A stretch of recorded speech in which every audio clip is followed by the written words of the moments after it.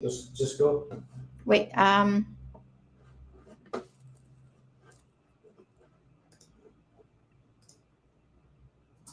Good morning. Thanks for joining us today for this episode of UDTV. Today, I want to really challenge ourselves by asking some questions and being curious about the fact that you and I don't know what we know. What I'm talking about is your life and my life and all our lives are ultimately defined by what you embrace and take a step towards. The knowledge we have today is directly related to what you said yes to and chose to step forward toward and embrace so that you could learn. Life is really a journey of constant and never ending learning and growth. So, what I'm meaning is that all growth is a result of change in our life. This change causes or creates a result from actions or steps forward and doing something different than what we've been doing. Because if we just keep doing what we've always done, then we're going to get what we've always got. Do you agree with that? Another way of saying this is bluntly stating that most of us have periods of time in our life where we are simply insane. Have you heard the definition of insanity? Well, that's keeping on doing something over and over and over, but we keep expecting a different result. Have you done this? I unfortunately have, and I observe people doing it daily. Why do we do this? Is it not obvious that if we keep doing the same thing, we're going to get the same result? So it's a really simple thing to grasp that if we're only doing what we know, then we are not learning or progressing. We must be doing something new or different to grow what we know. So today, we're going to start our discussion with a simple question. When was the last time you said yes instead of no and did something new? My buddy Bob always says, life's about having fun. And him and I are going to make you really think and challenge what your thinking is around what you know. We really want to consider 3 questions in our discussions today. Are you focused on how you do things or who you do things with? The second is, are you aware of what is driving your choices and why you do what you do? And then lastly, do you know how your yes defines your no? So I have a belief that together we can, we will, and we must change our focus to bring us clarity. So we are able to simply move our how to who, our what to why, and definitely our no to yes. This is the process of how we predict our future and create an uncommon form of life. Good morning, Bob. Do you know what you know?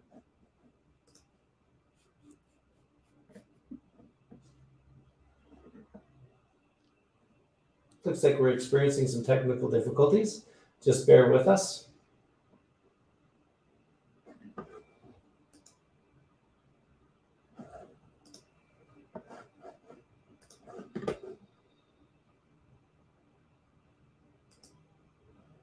So Bob is offline.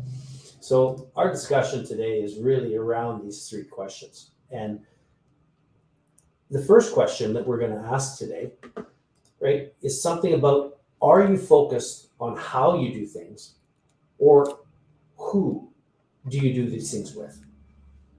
You know, the process of how we do things is extremely important. But I think that we have to understand that if we really want to learn how to do things, we need to get around people that actually know how to do it. And that power of proximity is something that I talk about a lot and something that Bob and I are going to dig into here. What is it that you're doing? Are you going to move forward? Are you going to get yourself around people that already have what you want? What's that going to be for you? The second thing that we want to talk about today is really around, are you aware of what's driving your choices and why you do what you do? So what I want to share with you is really about our 6 human needs, what really drives all of our choices. Even the choice that we have on, how we're going to do it or who we're going to do things with is really driven by these needs. So our first need is the need of certainty. The second is variety. The third is significance. And lastly, it's the connection. It's love. These are our primal needs, and they're critical to us in what we do. So I think that what's an important part is that we have to grasp a little bit around these, because each one of these needs drives our emotions.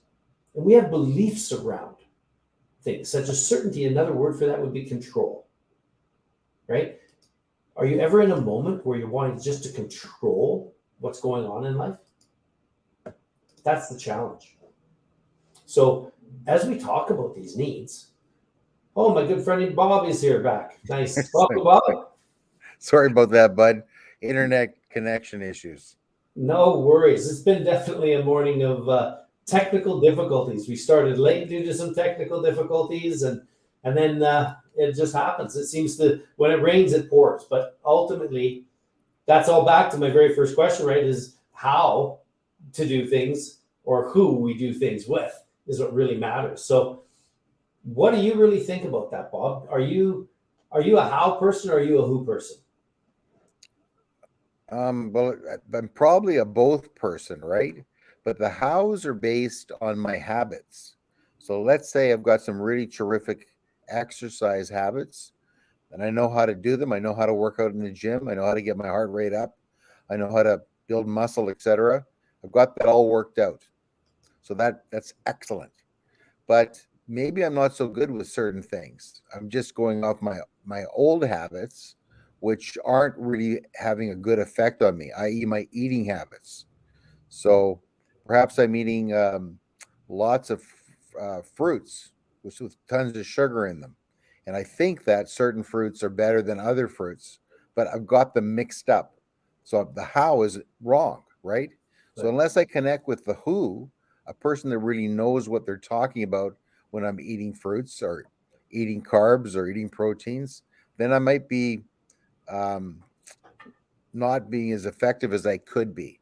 So that's the power of the who, is find somebody who knows, um, who's done it before, find somebody who knows what they're talking about, somebody that could support you as you move and grow and learn, so you can ensure that your habits are okay and improve the habits that you have to get the effect that you want. Well, I'd say, everything is cause and effect in life. And one of the things that I've come to an awareness of is that very few of us, including myself, actually try new things unless somebody has already done it that we know, and they introduce it to us. It could Right. be hiking, it could be biking, it could be a food, right? Intermittent fasting. Exactly. So the how we do things is usually linked to who we do things with. And the quality of what we do is directly related to the quality of the person's knowledge who is introducing us to something, or is enabling us to participate in a group, whatever it might be. It might not be completely reliant on them, but we don't get into the door, or we don't take that first step forward toward learning something new if it wasn't for who, right? So that's my belief, is that the power of proximity and getting around people that are already doing what I want to do is the best way to master and learn how, right? So, That's a big stumbling block for a lot of people, though, bud. Is, we've been in COVID for 2 years, many of us isolated. Where do you meet these people? The internet's full of people, but who's the right ones? Where are the people that we want to connect with?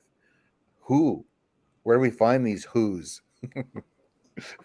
Where do we no, find the people that we can build relationships with, that we can get good, solid advice from, that have walked the walk before? Like, where are these people? Where are they? well, we're lucky enough to say they're right here, right in the UD community. So, if you're watching this, you're most likely are living with or impacted by diabetes, and you found us through a friend or through searching on the internet, as you said. But the first step is always about reaching out. It's a step of having the courage to try, to try to do something new. And you know me, I don't even like the word try, because you're either doing it or you're not, right? There's no way to try anything, right? So it really comes down to, how do we move forward? So let's ask the second question. I think that's we'll dig into this who and the how through it, and that is back to the 6 human needs, which I was talking about when you first joined us again due to the internet outage. But I really want to dig into this because these needs drive everything that I do in my life. It drives how I feel, and it ultimately, they're all feelings, right? And it's really about, how do we get to a place where we're fulfilled, we're making progress to our goal. And it's our needs that are driving everything. Are you there, bud? Yeah, no, I'm here. I'm listening to you talk. So what is your thoughts on your needs for certainty, variety, that your need for significance, that respect? What are those things that you find are your driving needs? What is driving you forward in your actions? Well, I look at the all the areas of my life, bud. So if you look at like our form of life, right? For let's Yeah. say affiliation with family members, your children, your aunts, your uncles, your cousins, etc., like that. What do you think there? What would be those needs? Obviously, perhaps connection, right?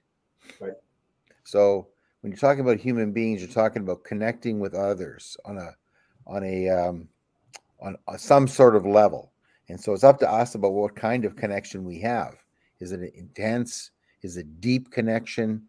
And it's also up to us to decide how well that's going to make the changes, I suppose, as we kind of move forward. Um, in terms of the having diabetes, being impacted by diabetes, and improving our health, what about that? Is that certainty and safety? Certainty is a feeling of safety. It's a feeling of health, of wellness. Yeah, no, 100%, Bob. I think these. Well, I don't think, actually. I know, because my life has been so impacted by these 6 human needs, as all of us. That's why they're called human needs. Are We can slightly change the words, but the fact is, my diabetes is something that is reliant on certainty, because I have to make decisions based on what I know, such as my carb ratio, how much insulin is needed in my body for how many carbs I put in. And if I'm uncertain about that, it will have an uncertain outcome in what to do. So if I'm going to have a muffin and a coffee with a friend, I have to know how many carbs are within that. And I then have to have a calculation to know how much insulin, as a type 1 diabetic, I have to take to offset the amount of glucose that will end up in my bloodstream in a short period of time. Mm-hmm. I need to be certain on that, because if I'm not certain, then I get a little more variety in my life than I really want. And that meaning adventure, because the result will be a low if I take too much insulin, which could cause a medical condition that's Mm-hmm. immediate. Or if Mm-hmm. I don't take enough, then I end up not feeling well. I have fatigue, I get headaches, my eyesight gets blurry. So there's definite consequences or some adventure to be had if I don't make decisions off that certainty. Yeah. I know another driving force behind almost all of our actions is the need to access pleasure and get rid of pain. I think that comes in the certainty need. Yes. So that helps us. Yeah. So we're naturally going to avoid things that cause pain, and naturally going to bring chase things that cause us joy or happiness or some sort of pleasure. That's closely attached to that second need, which is variety. So if you think about us, right, about the pleasure pain principle and what we eat or how much exercise we get as two primary things, or perhaps even sleep and rest and recovery, then our habits will dictate largely what we do to increase pleasure. So a bowl of chips at night is very pleasurable. Yes. Um, I think so it is important, right? yeah, We speak to this about fun all the time. so we have to be aware of why we're reaching for the bowl of chips, right? Like what's going on when we reach for the bowl of chips or for the Snickers bar or whatever it is, just for that jolt of pleasure, right, in the mouth, the jolt of pleasure, the Coke, the beer, the alcohol, whatever it is. There's an immediate pleasurable sensation, but the long-term implication is probably more pain for us too. But I think why it's tied to the variety is often what happens is when people start to restrict their diets, or we haven't planned enough to have enough variety in our new diets. And so we go back to the old habits very quickly. So I think that's one of the big challenges of weight loss, of eating properly, for strength and for energy, is sometimes we look at our diets and we go, there's a massive restriction going on here. Where the truth is, if you are around people who knew this, right? If you had the WHO in your life, they tell you there's a massive amount of variety in a new diet, which can reduce weight, increase energy, and really help you manage your blood sugar beautifully. But that knowledge isn't easily attained, No. and the habits aren't easily changed too. Well, I think it really comes back to these needs are really the driving factors in how we feel. And as you're talking about pain and pleasure, these are really feelings.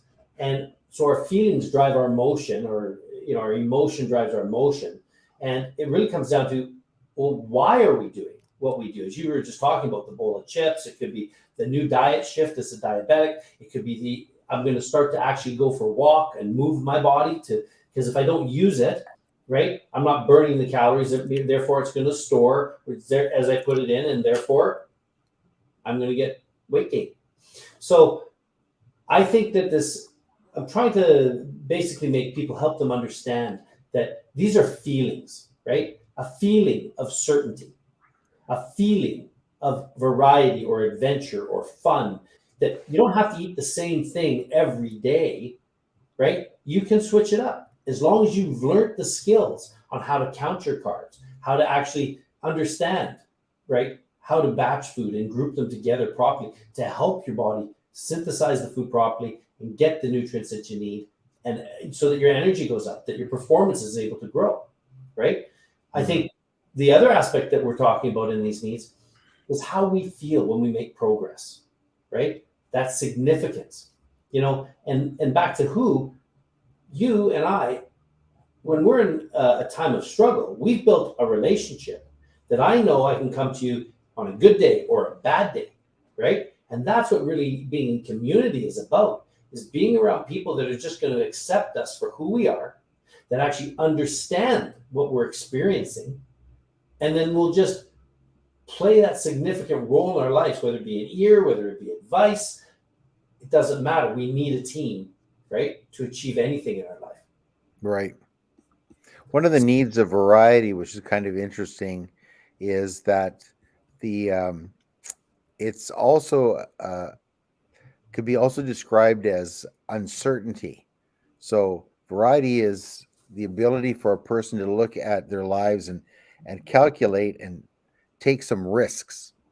So there's kind of a beauty in risk taking. There's a beauty in uncertainty, because we get locked into this mindset of, this is what I do, this is how I behave, this is what I eat, this is when I go to sleep, et cetera, et cetera.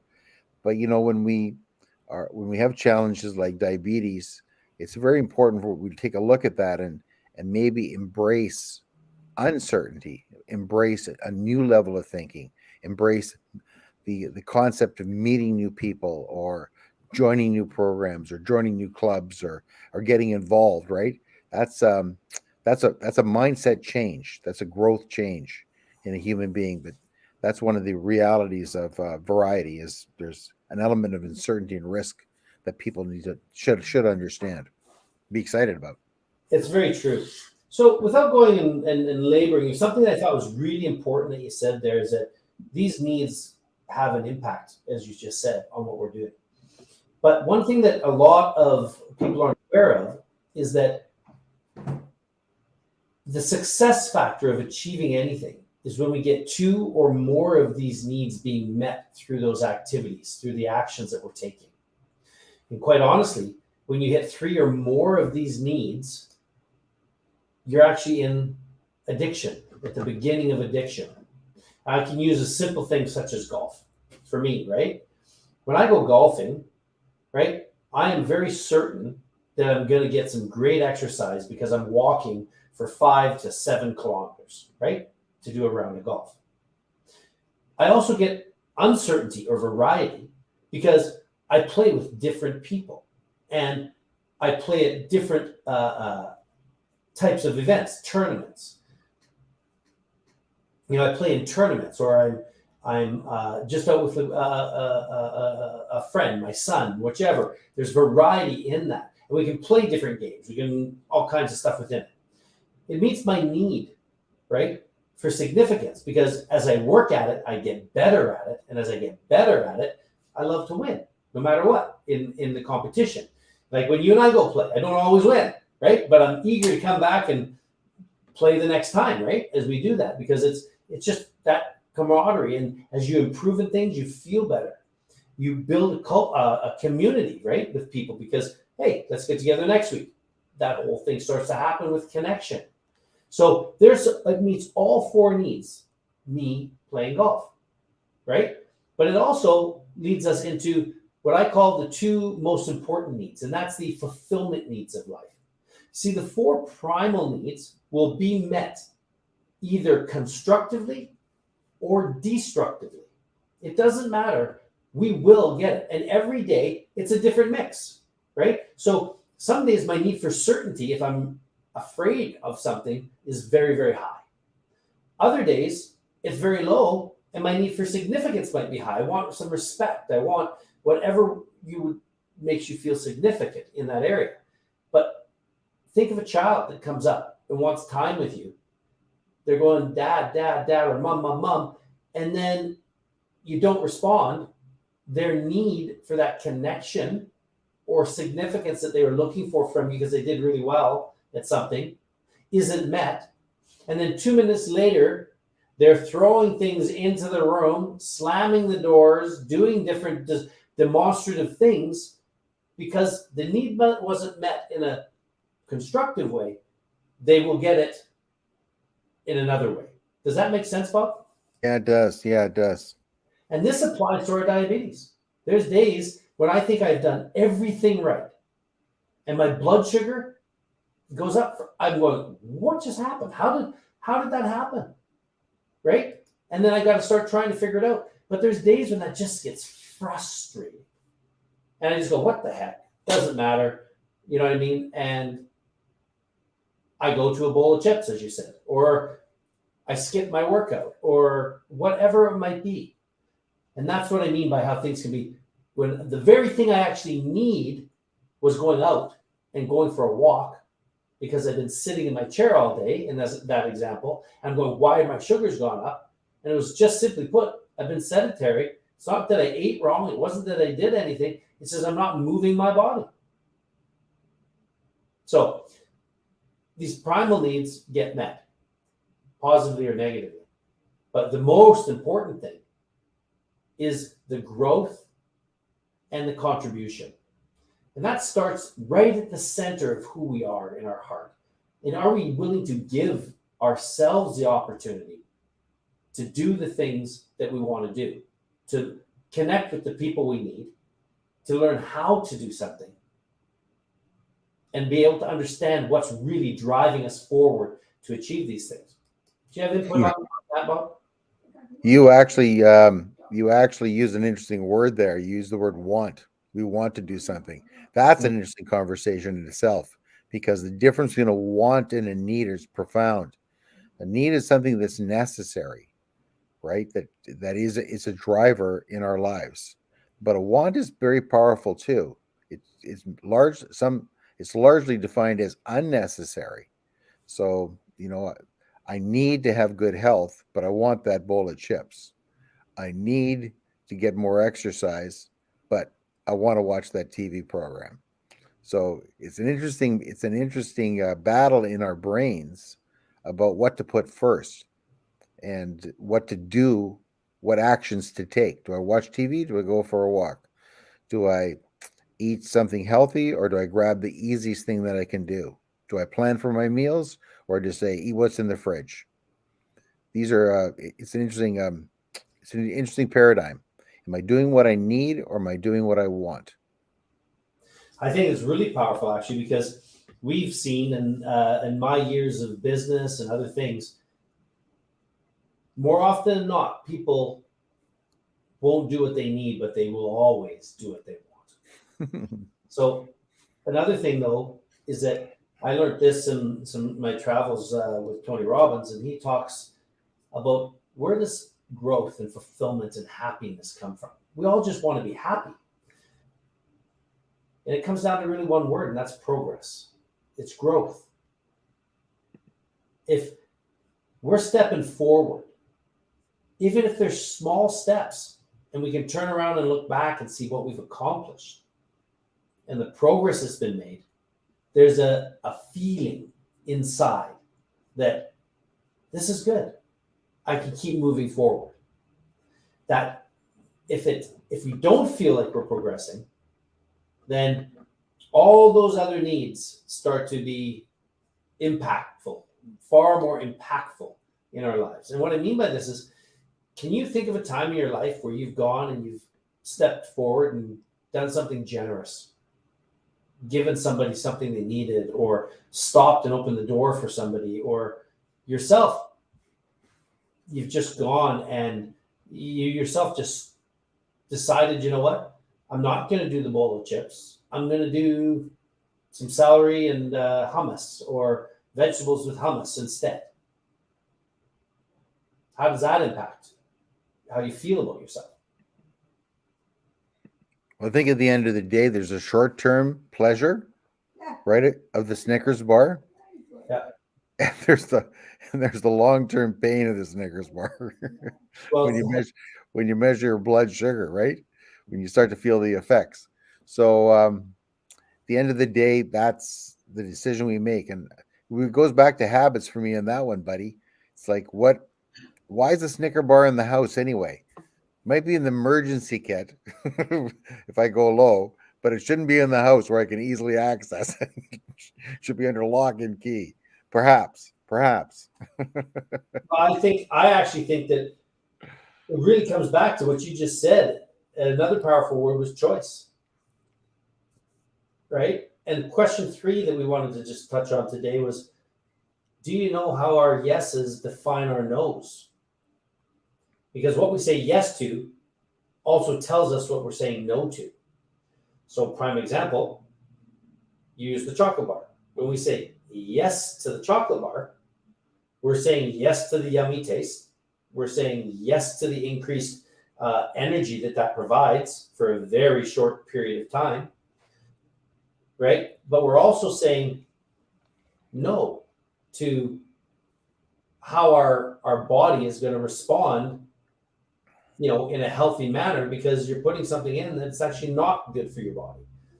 And I'm using the chocolate bar as a simple analogy. You're going to have the sugar fatigue, is what I call it, 20 to 30 minutes later, right? Because it's giving you the little euphoric poop very quickly, but then the crash comes right afterwards, right?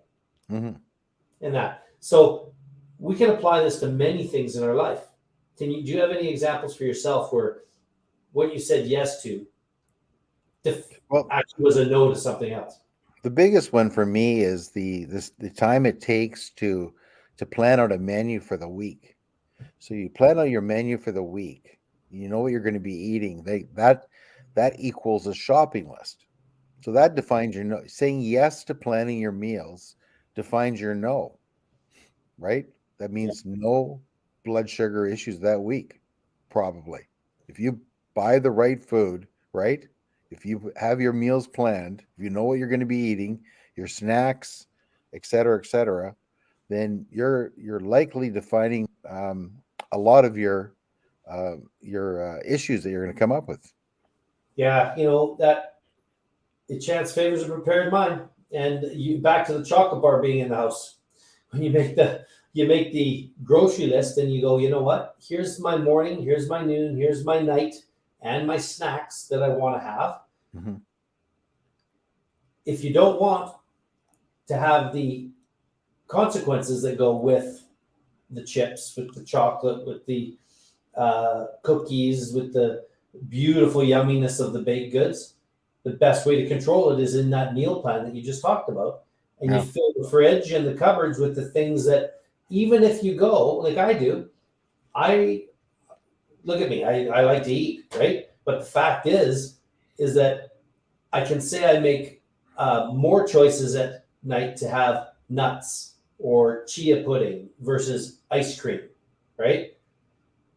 And that is something that happens regularly, right? For a lot of people, is they don't realize that habit in the evening before they go to bed of a bowl of ice cream at 150 plus calories and realistically probably 30 grams or more of carbs is going straight to fat because that's what the body does. If it's not going to be using it, and it stores it, right?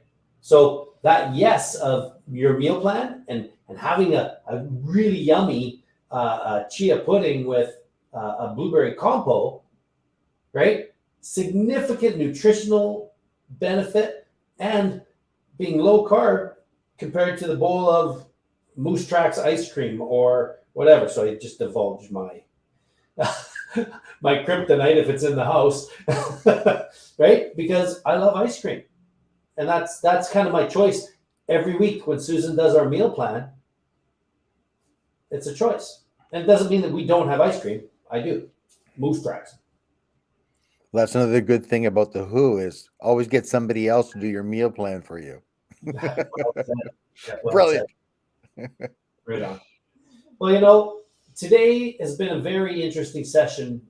You know, you and I, and we've tried to answer a few questions, talk about what's really driving us, and it's something really for us all just to consider, to think about, is that what we're saying yes to in everything in our life tells us what we just said no to, right? If we choose to play hooky from work or school, well, you said no to learning or earning. If we've chosen to say yes to going to the gym, right? You've said no, right, to the ability to. Sorry, you've said going to the gym. You've said no to gaining fat and yes to losing it, right? If we've said yes to going for a walk, right? You've said no to fatigue and yes to energy, no matter what we do. And it's in the reverse. Everything we're saying no to impacts what you just said yes to. If we said no to going for the walk and yes to the couch with the bowl of potato chips, and we repeat that, we become the couch potato. Mhm. That is the formula for that success. And it is success. We've all achieved exactly what it is that we have set out to with that choice of yes or no. Right? And that we need to embrace whatever the success is that we chose. I'd So, say do you have I'd any? say that a lot of our habits that we do are unconscious habits, and unless we get people around us that can reflect on what we're doing, then we're just kind of doing them by ourselves. That's one of the great things that I think UD does is brings people together. We share transparently our habits, like what we're doing, what we're eating, what we're snacking on, how much exercise we're doing. There's so much knowledge that's shared between people about that enlightens other people. It's like, yeah, I go for a 5 minute walk a day, and and it's like, well, how many calories is that? People don't understand that 5 minute walk is doesn't burn many calories. It's they're happy to be out, and there's nothing wrong with that. But like in the end of the day, at UD, you've got people around you saying 5 minutes is a great start, but where are you going with that? And what is it really going to take to get your heart strong? What's it really going to take for you to lose weight? How many calories are burned with a 5K hike. These sort of things. Again, that's getting around the people, getting around people in proximity of people who are doing it, know what works for them, and can share their secrets, their knowledge with others. And that's a very powerful learning tool. Oh, Bob, so well said. I think as well, we got to realize that how we're feeling, we need to be curious about those feelings. Today it's been, it's been an interesting session, right? It's been with all these technical difficulties, with all the internet issues today, with it just hasn't been our normal flow. But that's life. Life happens. How do you improvise? How do we overcome things, right? Mm-hmm. At the end of the day, we just need to keep moving forward. That's it. Did you hear what I said there, or did it freeze? No, I'm good. No, I'm just listening. Yeah, no, I mean the overall the again technology, right? That's the swirling on the camera. I wasn't sure if it was recorded or if you'd heard it or not. Yep. So I think the point is that we talked about how and moving that towards the answer is in the who. So I think we addressed that. We talked about how we can achieve anything by getting around the people that have already done it. We've talked about the needs that drive our feelings in our life, those needs of certainty, uncertainty or variety, significance and connection. I think those primary needs are driving most of our behavior, positively and negatively. That ultimately led to us talking about yes and no. What's your decision? When you say yes to something, you did say no to something, and vice versa. And I think it comes back to that power of choice that we have in any moment to change, to embrace uncertainty. That's where all growth and all progress comes from. So that's, I guess, the thing that I'm really hoping is that people realize that we need to focus in on fulfillment and happiness and achieving goals by giving ourselves the opportunity to fulfill the needs in a constructive way, by getting around people that have already journeyed where we want to go, so that we can learn new. Because if we keep doing what we've always done, we're going to get what we've always got.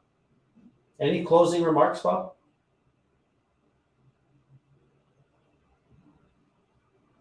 I think you froze. All right. Well, technical difficulties, definitely lots of those today. This was definitely not what I would rate as the smoothest or the best version or episode of our UDTV. But I really want to thank Bob for being here today with us and still pressing forward and stepping forward. So, Bob, you there? Any last comments? All right. So I really want to invite you to journey with us and build your Uncommon Diabetic Foundations of Health. Because together, we can create a map for you. We can create a massive action plan. We're going to be able to build the foundations that are going to improve your energy, your health. And you can start now. You can say yes. And our UD Foundations program and community will provide you with revolutionary and science-based approach towards your diabetic health.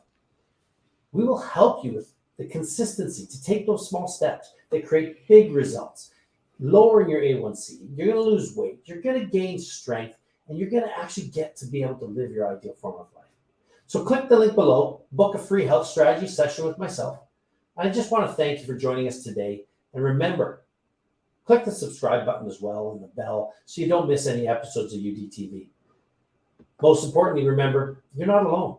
Together, we can create your success formula. We can help you meet those needs and live your uncommon diabetic life.